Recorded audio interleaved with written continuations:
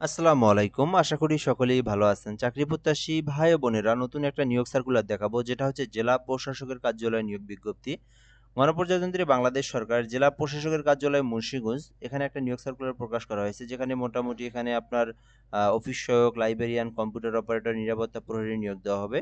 তো এটা সম্পর্কে বিস্তারিত আলোচনা করব। পদের নাম, পদের সংখ্যা, বেতন স্কেল, গ্রেড, শিক্ষাগত যোগ্যতা, কিভাবে আবেদন করবেন, কত টাকা ফি জমা দিতে হবে, আবেদনের প্রসেস সকল কিছু আপনাদেরকে এই ভিডিওর মাধ্যমে সুন্দর করে দেখে বুঝিয়ে দেওয়ার চেষ্টা করব। সম্পূর্ণ ভিডিওটা দেখবেন শেষ পর্যন্ত, তাহলে আপনারা এই সার্কুলারটা সম্পর্কে সকল তথ্য জানতে পারবেন।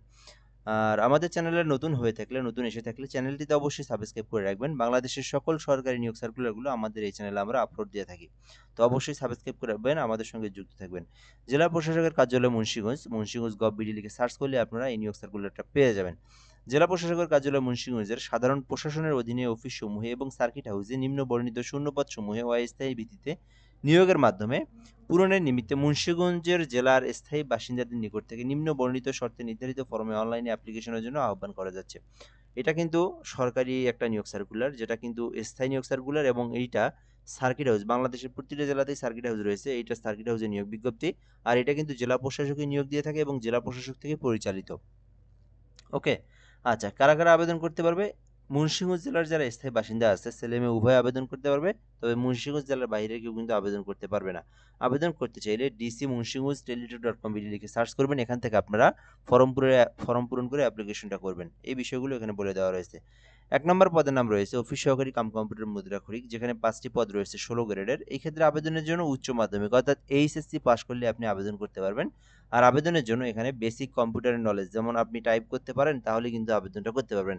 কেননা এগুলো পরীক্ষায় শুধুমাত্র টাইপটাই কিন্তু আপনার প্র্যাকটিক্যাল পরীক্ষা হয়ে থাকে। সো টাইপ করতে পারলে আপনারা এই পদে আবেদন করতে পারবেন। ২ নম্বরে রয়েছে লাইব্রেরি সহকারী, যেখানে একটি পদ রয়েছে ১৬ গ্রেডের। এক্ষেত্রে আবেদনের জন্য উচ্চ মাধ্যমিক থাকতে হবে এবং পাশাপাশি কিন্তু কম্পিউটার সম্পর্কে বেসিক নলেজগুলো জানা থাকতে হবে। টাইপ করতে পারবেন, তাহলে আপনি এই পদেও আবেদন করতে পারবেন। ৩ নম্বরে রয়েছে অফিস সহায়ক, যেখানে ৮টি পদ রয়েছে ২০তম গ্রেডের মধ্যে। শুধুমাত্র এসএসসি পাস করলে আবেদন করা যাবে। এখানে বলা আছে যে যেকোনো স্বীকৃতি বোর্ড হইতে মাধ্যমিক স্কুল সার্টিফিকেট, অর্থাৎ শুধু এসএসসি পাস করলে আপনি অফিস সহায়ক পদে আবেদন করতে পারবেন, যেখানে ৮টি পদ রয়েছে। ৪ নম্বরে রয়েছে নিরাপত্তা প্রহরী, যেখানে ৩টি পদ রয়েছে ২০তম গ্রেডের। এক্ষেত্রে আবেদনের জন্য শুধুমাত্র এসএসসি পাস থাকলে আবেদন করতে পারবেন। মাধ্যমিক স্কুল সার্টিফিকেট, এসএসসি পাস করা থাকলে নিরাপত্তা প্রহরীতে আবেদন করতে পারবেন। ৫ নম্বরে বেয়ারার একটি পদ রয়েছে। শুধুমাত্র এসএসসি পাস করলেই বেয়ারার পদে আবেদন করতে পারবেন। এটাও কিন্তু ২০তম গ্রেডের। পরিচ্ছন্নতা কর্মী পদে একজনকে নিয়োগ দেওয়া হবে। এক্ষেত্রে শুধুমাত্র অষ্টম শ্রেণী পাস করলে আবেদন করতে পারবেন। তো আপনি আপনার শিক্ষাগত যোগ্যতা অনুযায়ী মুন্সিগঞ্জ জেলার যারা স্থায়ী বাসিন্দা রয়েছে যে পদে আবেদন করতে চান আবেদন করতে পারেন। আবেদনের জন্য অবশ্যই ৩২ বছরের মধ্যে আবেদনটা করতে হবে। ৩২ বছর প্লাস হলে কিন্তু আবেদন করতে পারবেন না। আর এই আবেদনটা কিন্তু ২৬ তারিখ থেকে শুরু হবে, অর্থাৎ এই যে রানিং ফেব্রুয়ারি মাস, ২০২৬ সালের ফেব্রুয়ারি মাসের ২৬ তারিখ থেকে আবেদনটা শুরু হবে, যেটা কিন্তু আবেদনটা চলমান থাকবে একদম মার্চ মাসের ২৬ তারিখ পর্যন্ত, অর্থাৎ ১ মাস আবেদন চলবে। ২৬ তারিখের পর শুরু হবে, যেটা কিন্তু ২৬ তারিখ পর্যন্ত চলমান থাকবে। তো আমি আবারও বলে দিলাম, আবেদনটা কিন্তু আজকে হচ্ছে, আমি ভিডিওটা করতেছি ২৪ তারিখে, ২৫, ২৬ আরও ২ দিন পর থেকে আবেদনটা শুরু হবে। এখন কিন্তু আপনারা আবেদন করতে চাইলেও পারবেন না, কারণ এই যে আবেদনের জন্য যে ওয়েবসাইট দেওয়া আছে এই ওয়েবসাইট কিন্তু অটোমেটিক্যালি বন্ধ। ২৬ তারিখ ১০টার পর স্বয়ংক্রিয়ভাবে এটা অটোমেটিক্যালি ওপেন হয়ে যাবে, ঠিক আছে? আচ্ছা, কিভাবে আপনি আবেদন করবেন আবেদনের প্রসেসটা আপনাদেরকে দেখিয়ে দিচ্ছি। সো আবেদনের প্রসেসটা ওখানে বলে দেওয়া রয়েছে। কি আবেদনের জন্য এই যে এখানে দেওয়াই আছে, লিঙ্ক দেওয়া আছে, dc.munshiganj.com লিখে সার্চ করবেন। এটা লিখে সার্চ করলে আপনারা আবেদনের ফর্মটা পাবেন ২৬ তারিখের পর। তো এখান থেকে আপনি চাইলে অ্যাপ্লিকেশন করতে পারবেন। আবার আপনি চাইলে আমার মাধ্যমে আবেদন করে নিতে পারেন। যেকোনো সরকারি চাকরির আবেদন করতে এই নম্বরে হোয়াটসঅ্যাপে এসএমএস করবেন। ঘরে বসে থেকে একদম নির্ভুলভাবে যেকোনো সরকারি চাকরির আবেদন করতে পারবেন। 017758303112 এই নম্বরে হোয়াটসঅ্যাপে এসএমএস করতে হবে।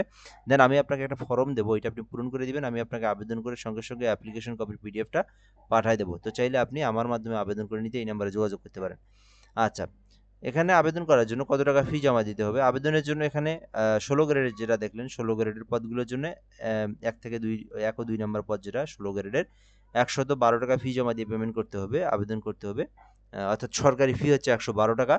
আর ২০তম গ্রেডের যেগুলো দেখলেন এগুলোতে ৫৬ টাকা ফি দিয়ে আপনাকে পেমেন্ট করতে হবে।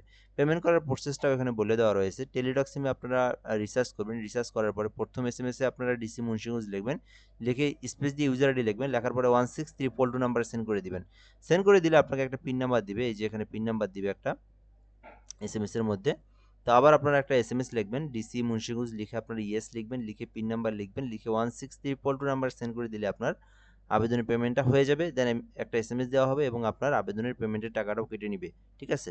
সো তখনই আপনার আবেদনটা সাকসেসফুলি হয়ে যাবে। তো মুন্সিগঞ্জ জেলার যারা স্থায়ী বাসিন্দা আছেন সার্কুলারটাতে আবেদন করতে পারেন। ধন্যবাদ। এ পর্যন্ত আজকের ভিডিওটা। ভালো থাকবেন। আসসালামু আলাইকুম।